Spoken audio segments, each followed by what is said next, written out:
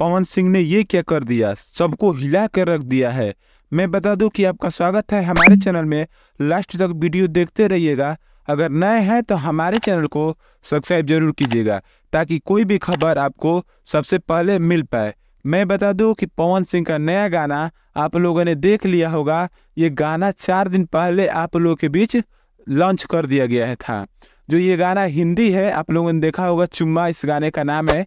ये गाना अभी इस समय जब मैं वीडियो बना रहा हूँ तब ट्रेंडिंग नंबर ये गाना फर्स्ट पर चल रहा है।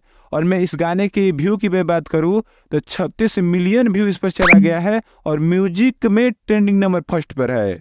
और मैं बता दूं कि इस पर लाइक की मैं बात करूं तो 9.2 लाख इस पर लाइक है। और कमेंट की मैं बात करूं तो 1.5 के 5 लाख इस पर कमेंट है। और ये गाना अभी इतना शानदार चल रहा है कि मैं क्या बताऊं।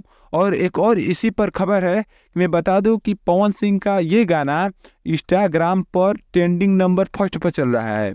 आप लोगों ने अगर जाके देखेंगे तो पवन सिंह का ये गाना चुम्मा जो हिंदी गाना है, जिसमें राजकुमार राव और तृप्ति डिमरी इसकी एक्टर हैं और सिंगर हैं, तो उन लोगों को जाके देखेंगे। ये बहुत शानदार ये गाना है जिसमें रील इस पर बना है 65,000 इस पर रील बन चुका है इंस्टाग्राम पर।